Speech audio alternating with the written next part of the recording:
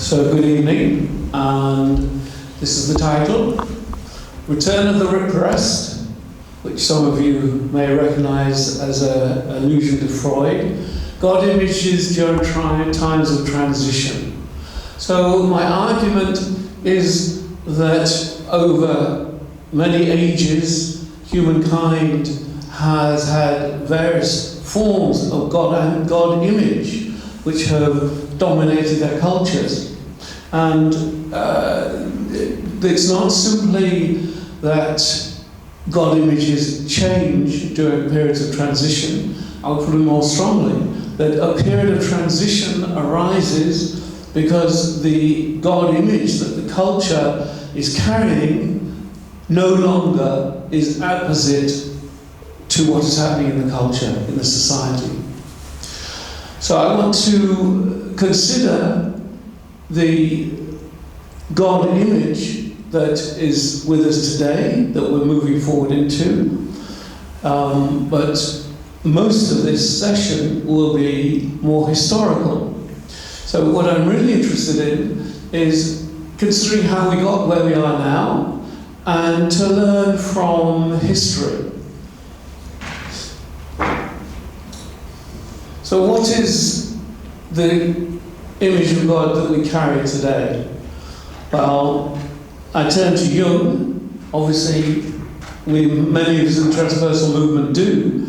And firstly, he made the point that the God image is also the self-image. So when I talk about images of God, I'm really also talking about the way we carry our sense of self, both individually and collectively. Jung, many of you will have read his autobiography, and I'm not going to read all the quotes at length, we won't have time, but he generates what he calls a myth for our day, and I think there's a great deal in this that is relevant to the question, what is the image of God that we are beginning to understand within our time of transition? So I'll just read at the end. Man, I think today we say humankind, is indispensable for the completion of creation, that in fact he himself is the second creator of the world. Human consciousness created objective existence and meaning, and man found his indispensable place in the great process of being. As far as the God image is concerned, I would make a number of points. Firstly, the participatory quality, that we are active in relation to God.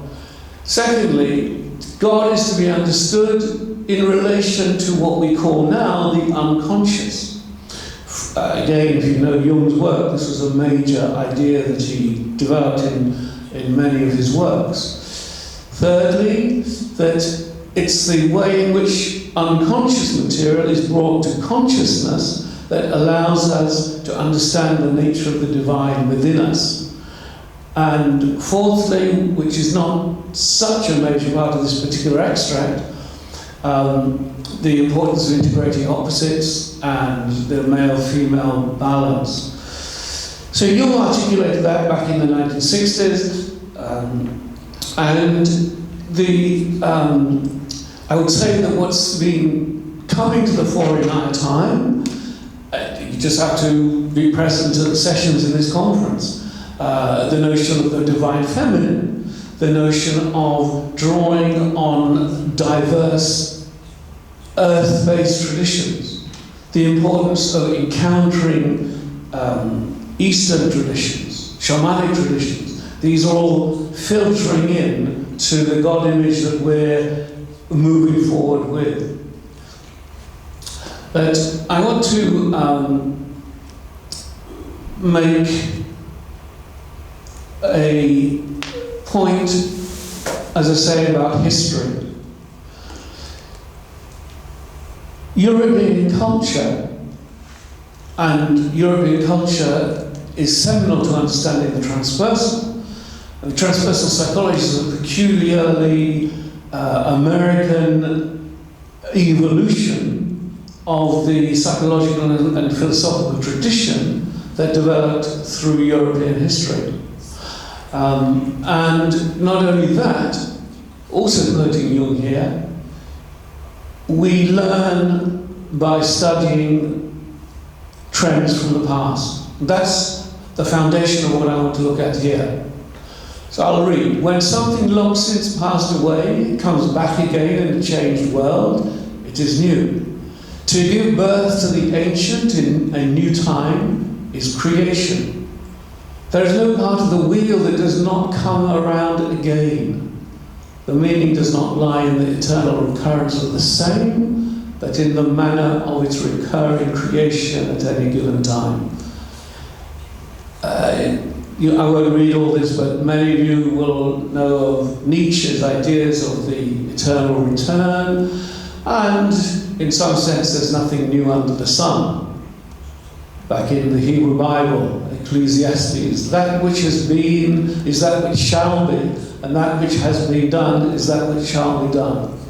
So the point of my presentation is to look at the periods of transition in the past that I think have been seminal in shaping European culture, and to try to distill some of the key points so we can understand the transition that we're in today.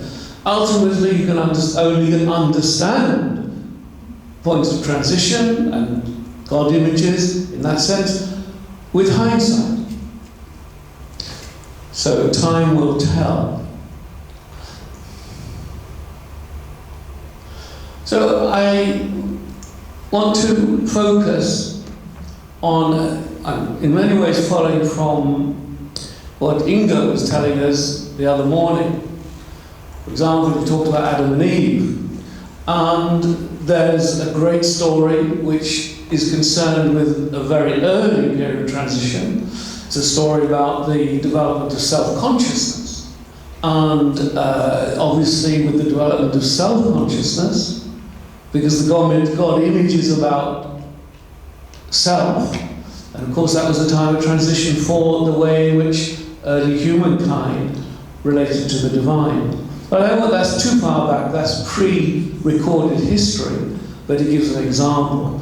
The history I'm interested in is the history which stems from 2,000 years ago, which I think was the most central period of transition in our history, but there have been some since. And there's a model that I use to understand this. Times of transition come about both individually and collectively when there is an upsurge of psychodynamic material. And that upsurge of psychodynamic material gives rise to increased shadow activity, and there may be resolution, or there may not. And the biggest example of a trigger for increased psychodynamic material is encountering otherness. And we know this individually and collectively. So the model is like this. When there is that upsurge of psychodynamic material, then it can go in a negative direction. The shadow is denied, or the attempts to obliterate it in some form or another. It can go in a positive direction, which would entail some degree of self-examination, if it's an individual, but also collectively. How is the culture examining itself? Accepting the shadow, and that would build to a resolution. That if you don't accept it, you're on the negative side, then, of course, it's a recurring loop. The more you reject, the more it's going to unfold in painful ways. But hopefully we have resolution, and at an individual level, that would be giving rise to growth, creativity, more interested in collective, since we're talking about times of transition, and there will be a paradigm shift, a worldview shift, a change in the God image, and a period of creativity, collectively. So we'll come to it with another classic example, probably the last major time of transition before our current one, is the Renaissance in Europe. But to understand this point about the upsurge of psychodynamic material, I want to go back to the transition that happened 2,000 years ago. Those interested in astrological cycles, obviously you will know that these are 2,000-year cycles. And as far as European culture is concerned, and of course there are other stories, other parts of the world, as far as European culture is concerned, the defining point of transition is the shift from a temple-based culture, which was based on sacrifice, to two new religions. And one religion was Christianity, the other is what becomes known as Rabbinic Judaism. And both of these perpetuate the earlier ideas in distinctive ways. So for Rabbinic Judaism, the text becomes central, study or prayer is the new form of sacrifice, and it's a monotheistic tradition. Again, I don't need to talk about everything I write here, but I think it will be obvious that Christianity perpetuates the central notion of sacrifice in the body of one person. In other words, Jesus is the sacrifice. And there are a number of concomitants, the rejection of the body and the origination of a dualist perspective. Now, again, what I'm interested in is the God image. What I discern here, and this can be studied, I can only give little extracts because I'm looking at big sweeps of history. We could spend hours discussing this shadow relationship, but it is a shadow relationship, and maybe not so today, but over hundreds of years, the relationship was a shadow relationship, Christianity and Judaism.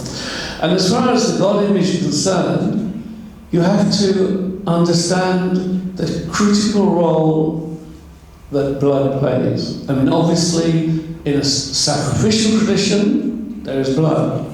But it's much more subtle than that. I mean, in Christianity, what becomes Christianity, we have the idea of transubstantiation, and Rabbinic Judaism has a taboo on blood. Blood is the vehicle for the soul.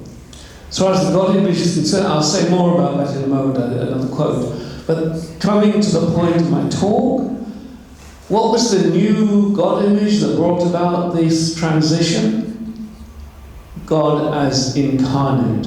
God incarnates in the Christ, or for Judaism, God is incarnate in the text, which is why Rabbinic Judaism developed intense hermeneutical ways of reading the Torah, the Hebrew Bible, and that was the path to the divine. This is the critical split that shaped European civilization over 2,000 years. I mentioned, I come back to the point about blood. This is, again, I say that I can't give all the instances, but I think this is a very apt quotation. So both Judaism and Christianity should be seen as two religious formations that emerged in late antiquity out of the same literary, cultural, and religious milieu. On the question of blood, though, the two appeared to take opposite trajectories. And this last sentence, blood has the capacity to act as a liminal fluid. This is critical. The upsurge of psychodynamic material is very much to do with liminality. Blood is the liminal symbol in a very physical way. It's the transition between the body and outside the body, inside and outside. And it has a lot of psychodynamic symbolism. Going back to the division I indicated, incarnation in the text, incarnation in the Christ. This is evident in the New Testament. And again, I'll just quote one because I'm going to run out of time, but these are well-known extracts if you know the New Testament. For the letter kills, but the Spirit gives life. This was an antithetical worldview, and it's given rise to centuries of conflict in many different ways. So I could detail the role of the symbolism of blood in the conflict between Christianity and Judaism.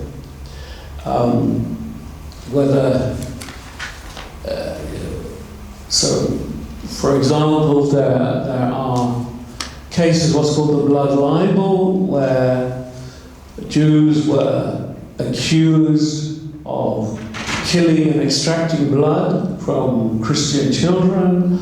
They were accused of desecrating the host, and this is probably understood as that it turned red due to a bacteria, but at the time it was viewed as being an evil act.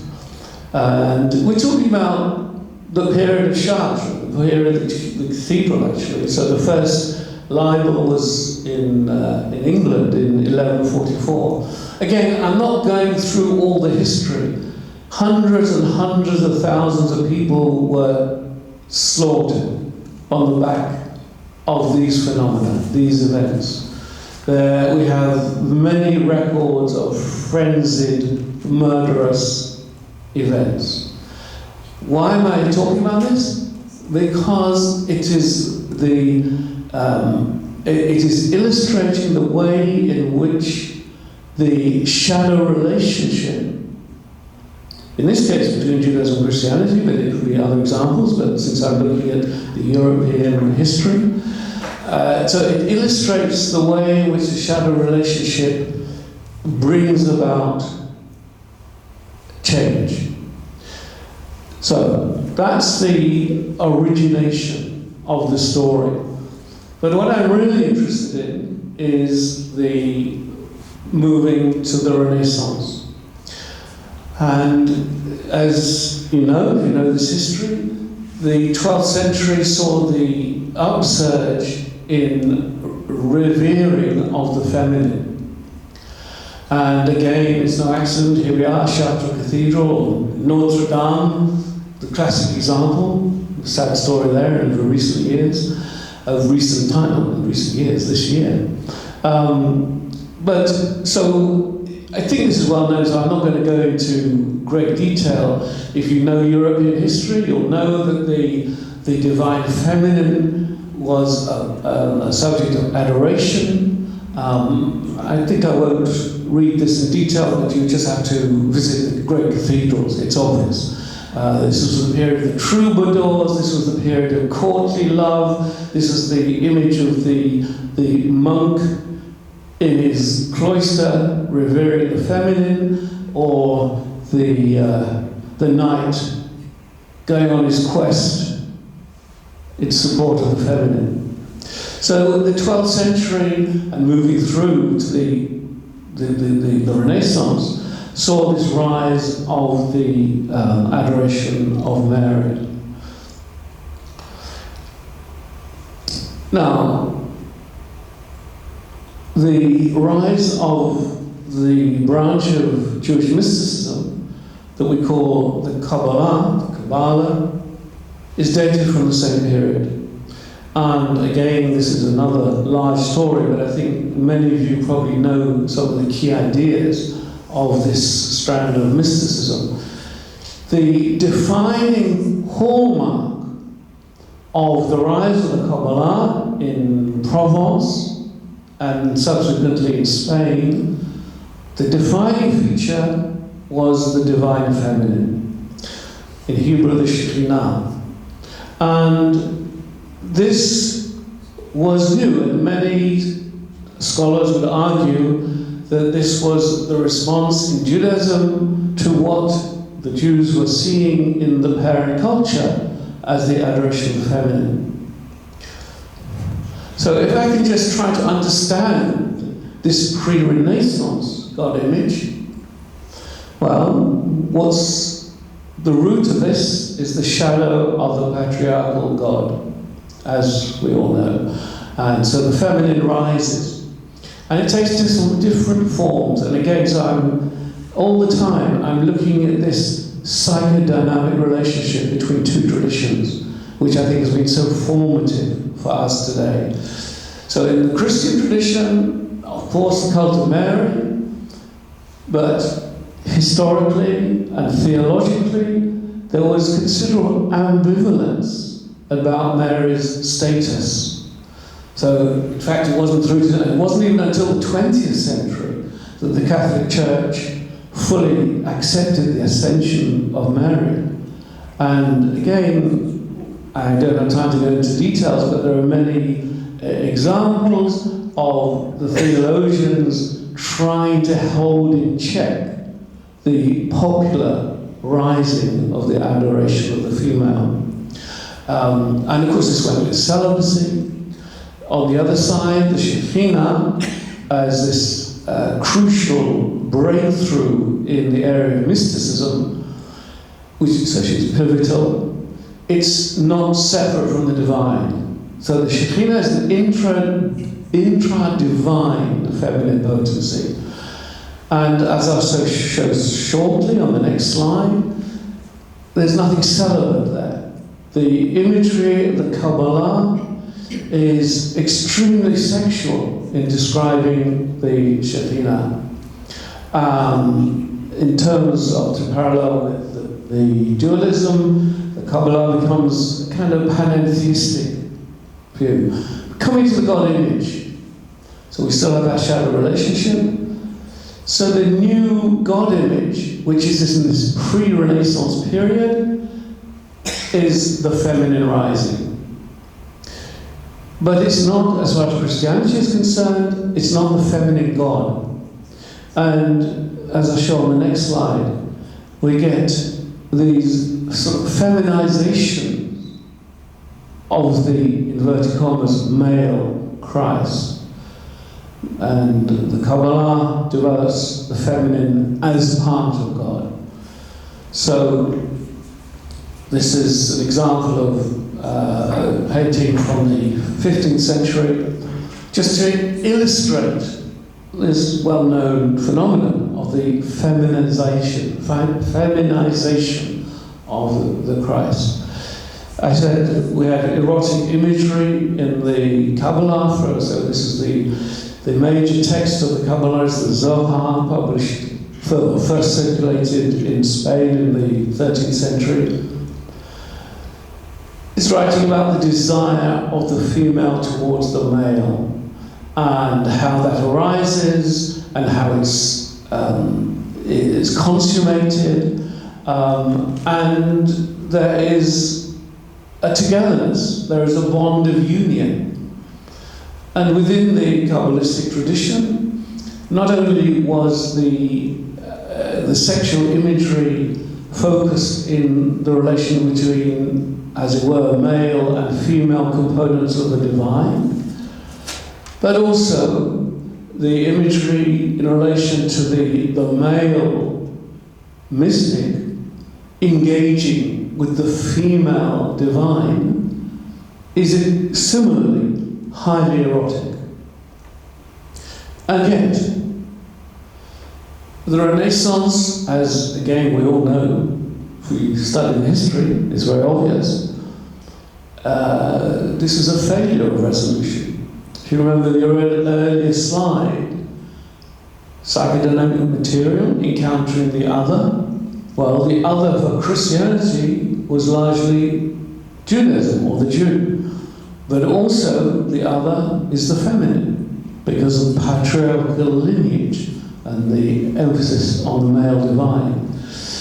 So going back to that model, there's a rise of psychedelic material and the possibility of resolution if the shadow is reconciled, but it wasn't. So the Renaissance, for all the beauty, this is the period before the Renaissance, the period of the great cathedrals. For all the beauty of the depiction of Mary, for all of that, and in Judaism, for all the eroticism surrounding the Shekhinah, then nevertheless, of course, society remained one in which the feminine was repressed. So the repressed was not yet returned, as it were, to go back to the title. So what happened in the Renaissance, and how did the God image change during the Renaissance? So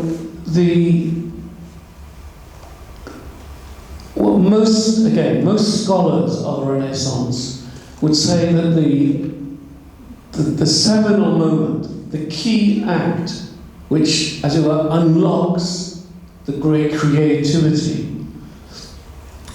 is the work of Pico della Mirandola. So, Italian, 1486, he produces his Declaration, Oration on the Dignity of Man, and published in 1496.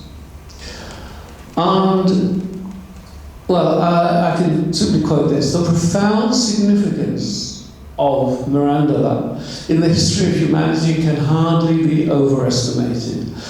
He it was that first boldly formulated a new position for European man as magus, using both magia and Kabbalah to act upon the world, to control his destiny by science.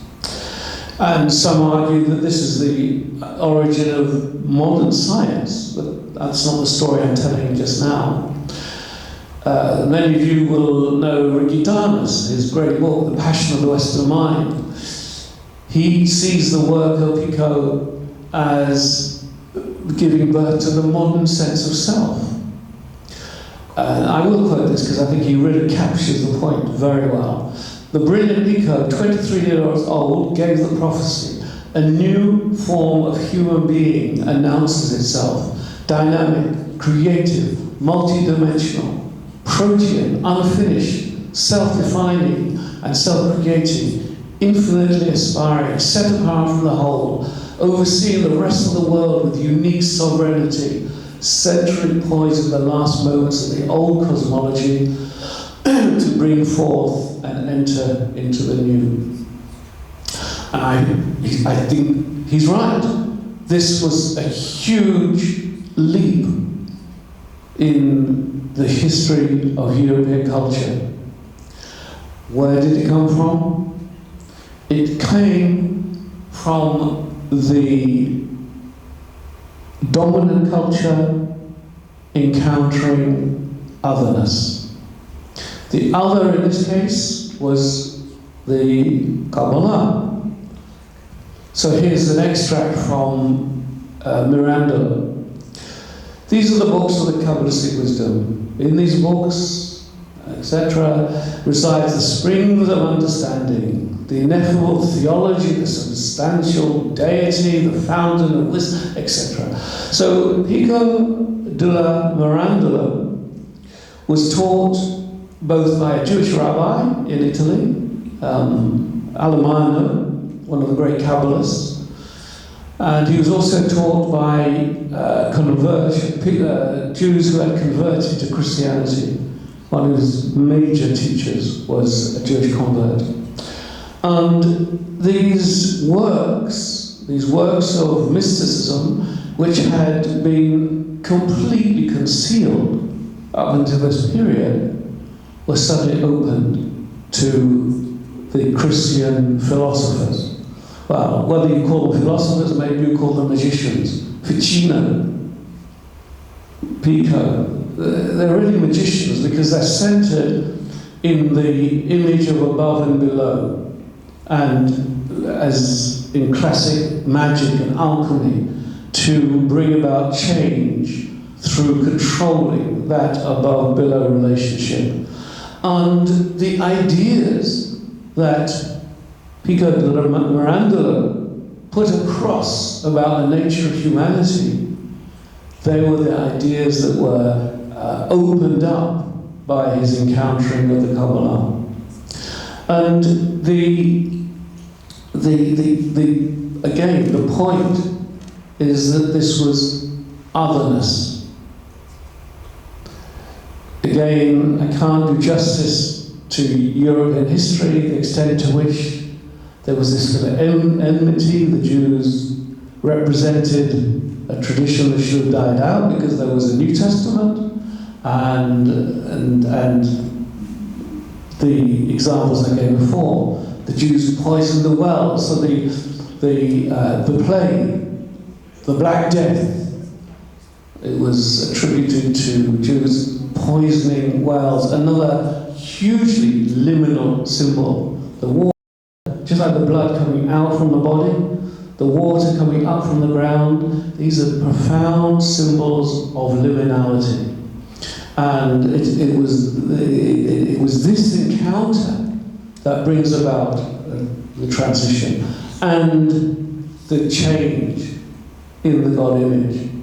So the Renaissance, 12th and 16th century, so that's the pre-Renaissance and the Renaissance. If I can summarize it, going back to that model, we have, to repeat it, there's an upsurge of psychodynamic material, which is brought about by the encounter of the other. So, for example, I'm focusing on a particular strand of history, which I think is particularly crucial for the way the European culture developed. But the Renaissance was also a time of the great voyages of discovery and coming face to face with, inverted commas, savages, encountering the other. If you read the testimony, if you understand the impact these voyages of discovery had on the culture, you know that it was really encountering the other that triggered periods of change. And there are parallels in our day, which of course is what I'm really hinting towards. So the summary here, so in the early period, in this 12th to 16th century, so the Renaissance is kind of 15th, 16th century, the early period of that is the exaltation of the feminine, and moving to our transition. So that's the point of this slide, I didn't make that clear. The issues I've been talking about from the Renaissance period, you can see very direct parallels giving rise to our period of transition. Those are the parallels that I think it's very important to explore, and as I said right at the outset, then to understand how that impacts on our image of the divine that we're moving forward with. So the parallel, the exaltation of the feminine, which did not really lead to a resolution of the patriarchy at the Renaissance. In the end of the 19th century, we begin to see the rise of feminist or women's liberation movements, the women getting the vote, etc. So there's this rise of that dynamic at the inception of our age of transition.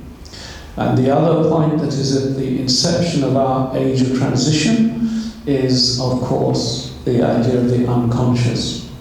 So Freud, for example, writing Interpretation of Dreams in 1900, well then actually it was 1899, but he had such a strong self-heroic image of himself that he wanted it to be dated 1900. Did you know that? It's interesting. He wrote it, came out in 1899, and it was dated 1900. And there were many transitions. I mean, 1900, really, a lot of things were going on. So 1900, Max Planck published his crucial work on the radiation from black bodies. That was the trigger for the quantum revolution, if you know the history of physics.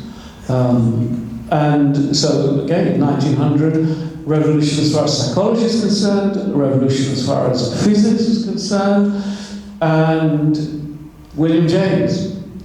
So that was 1901, writing the varieties of religious experience. And all of these, the one word relativity is the word that we should apply to them. I mean, obviously we know the word relativity in relation to physics, but of course what Freud is instituting is the notion of relativity as far as consciousness is concerned. What you have in your mind is relative to what is actually not in your mind consciously.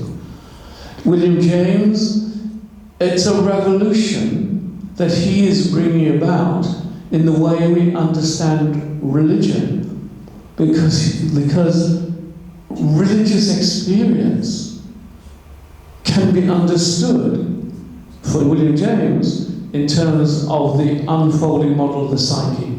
So again, I'm not going into all the details, but if you know James' work, he's talking about the subconscious and the role of that in religious mystical experience. This was new, and it all is part of a pattern. So going back to the Renaissance period, the points I've said about the feminine already, again, shadow relationship, one celibacy, one sensual, one extra-divine, one intra-divine, and the reaction, increased shadow activity. That's the model. So the increased shadow activity is how the other becomes treated, how the shadow is treated. And obviously, you know the history. In Europe, at the time that the feminine is being exalted in the cathedrals, the cult of Mary, we have witch hunting. And I've already said about the shadow side as far as Judaism is concerned. Poisoning wells. Jews are responsible for poisoning wells, for desecrating the host, and so on. These are profoundly psychoactive images. They have to be. It's only profoundly psychoactive images that bring about frenzies of murder and killing.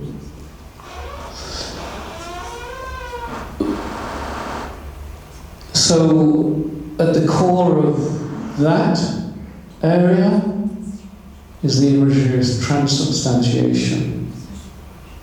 The blood. How do we understand the blood? What does the blood represent? How is this relating to the Christ figure?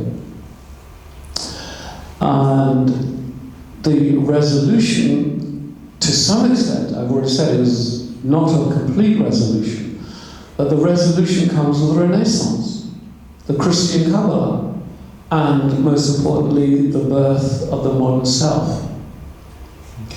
But coming to our day, the parallels are very intense. Freud, I've got another quote in the slide coming up. If you read Freud, you will see that he's not simply articulating the notion of the psychodynamic unconscious. He is doing that. I mean, there were ideas of the unconscious before Freud. What's distinctive with Freud is that he wants to say that there is a dynamic life in the unconscious. But it's not only that. Freud again, if you read, it's not so subtle, it's very clear. Freud had a very high regard for himself. He saw himself as ushering in a new age. And he's probably right, actually, but some of the greatest figures in transitional times can be megalomaniacs. And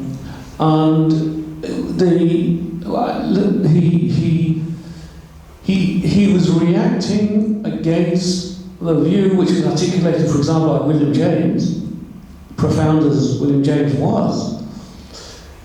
Freud was reacting against the view that only mental events were conscious.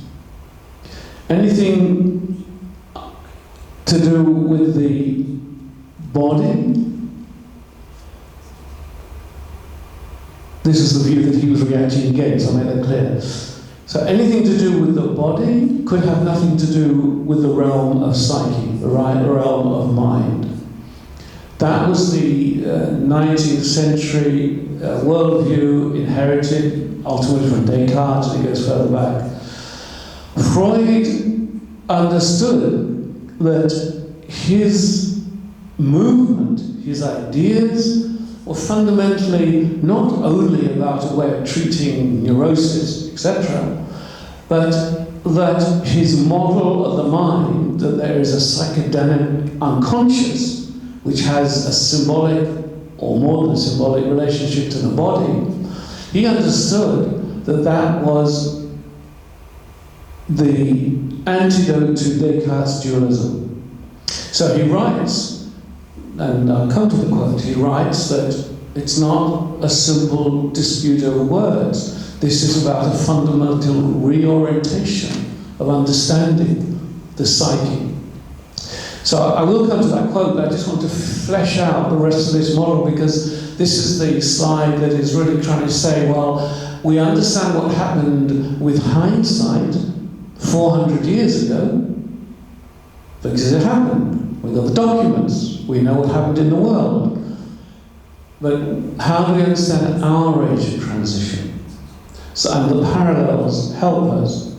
So it's very obvious that the 20th century was characterized in Europe by war. And it certainly can be argued, and many historians do argue, that effectively there was one war. It's not two wars, it's one war.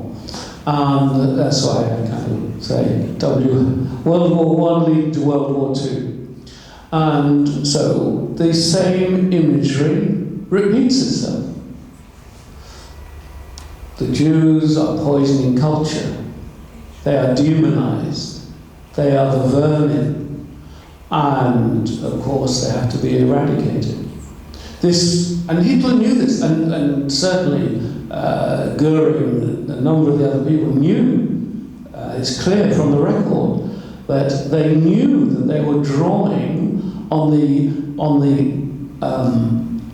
profound psychodynamic material that had been there centuries before.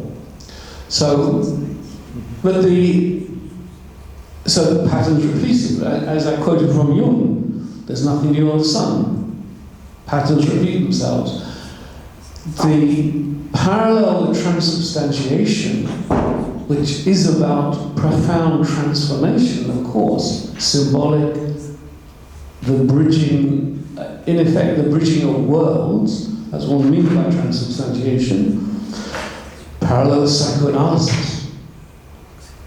Because that's psychoanalysis, not simply as a treatment, and the question how effective is this as a treatment, that's a whole other story, but as a philosophical orientation, which has had profound effect in the world. And the philosophical orientation that comes on the back of psychoanalysis has had much more impact than therapy, for example. So you could well argue, for example, the sexual revolution of the 60s is traceable. And feminism is one aspect of the changes wrought through psychoanalysis. So it's had huge impact. And so what's the resolution? How do we understand it in relation to this question about God image? Well, I want to say this is the birth of the transpersonal self, the Renaissance, the birth of the modern self. This is the birth of the transpersonal self. And the crucial relationship, just such an interesting parallel, just as Pico della Mirandola is being initiated into the ways of the Kabbalah by his teachers, so the core relationship in the picture that I'm presenting here is that between Freud and Jung. And Jung, I mean, everyone knows the story. Jung is the crown prince. Freud is anxious that the psychoanalytic movement is perceived as the Jewish science. It was. I mean, that's what the Nazis called it, of course. Just about everyone in Freud's initial circle was Jewish, and they were living at a time of intense persecution, as we all know the history. His fundamental motivation was to be recognized as an emancipated European intellect. He saw himself in the tradition of Darwin, of Copernicus, the great intellectual movements in Europe. And of course, history, I'm sure we all know the history. In the end, he loved Vienna. He wanted to stay in Vienna. He had to move. It's a whole story that we know. But so this relationship between Freud and Jung is at the core of the resolution of that period of this upsurge of psychodynamic material. And of course, when we talk about transpersonal self, we can discuss today what we mean by that, because we're still in this age of transition. We don't know exactly what it is, but I know it's about the earth, I know it's about the feminine, I know it's about the global consciousness, it's about all these things. But at its core is the Jungian concept of archetypes and how we integrate our being. So, just as, I mean, the parallels are they're not here. We're looking at a neo-Renaissance. For everything you found in the Renaissance, the great discoverers, the great explorers, so we got the same. We went out into space. The other crucial trigger for the Renaissance was the invention of printing. So we got the IT revolution. There are so many very potent parallels that I'm looking at the psychodynamic parallels. And I think those are ones that we, as transpersonal psychologists, those are the parallels that we should be exploring to understand what transpersonal psychology represents in our period of transition.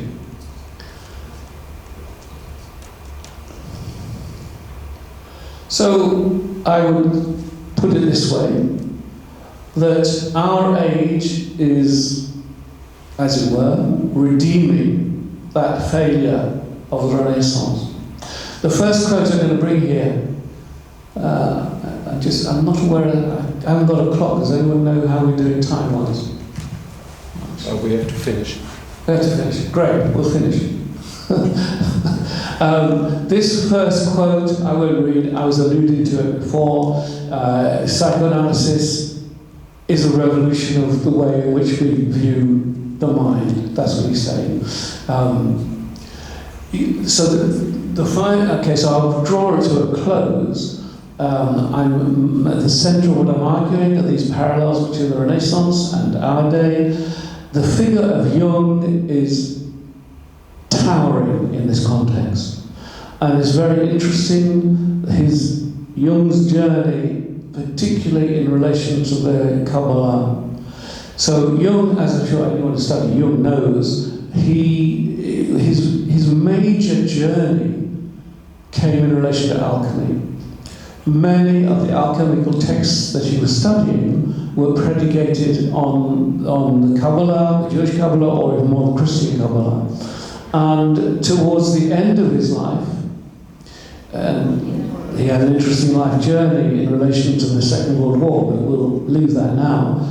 Towards the end of his life, he made this point, that the Hasidic rabbi Ber from Mezrich, whom they called the Great Maggid, anticipated my entire psychology in the 18th century.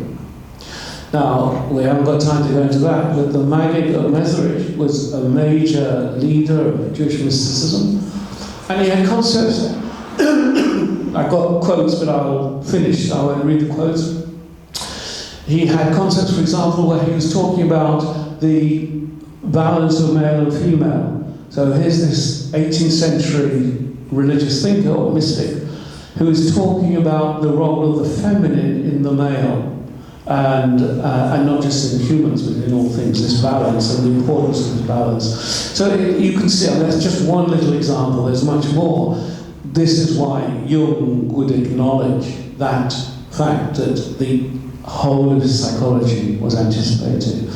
And that, in many ways, I would say, is the resolution. Because the real resolution, and again, I just make the point, I'm looking at a particular dynamic. Of course, it's important, the shamanic, the Eastern, the Buddhist, the Hindu, all of this is important. I'm just putting a magnifying glass over one particular story. And so the resolution, this is the resolution, why? Because it's the point of resolution of the schism that I talked about right at the beginning. 2,000 years ago, two religions from one Ur tradition. And there was a shadow relationship. Through Jung, and especially the later Jung, that shadow relationship is reconciled. And going back to that model, there's creativity, there's ways to go forward. So that shadow relationship between Christianity and Judaism is no longer the case. I mean, there are some instances of anti-Semitism, anti-Christianity, of course, but as a fundamental ground from which the culture springs, that's no longer the case. Of course, there's another story which involves Islam, but we'll have to stop there. Thank you.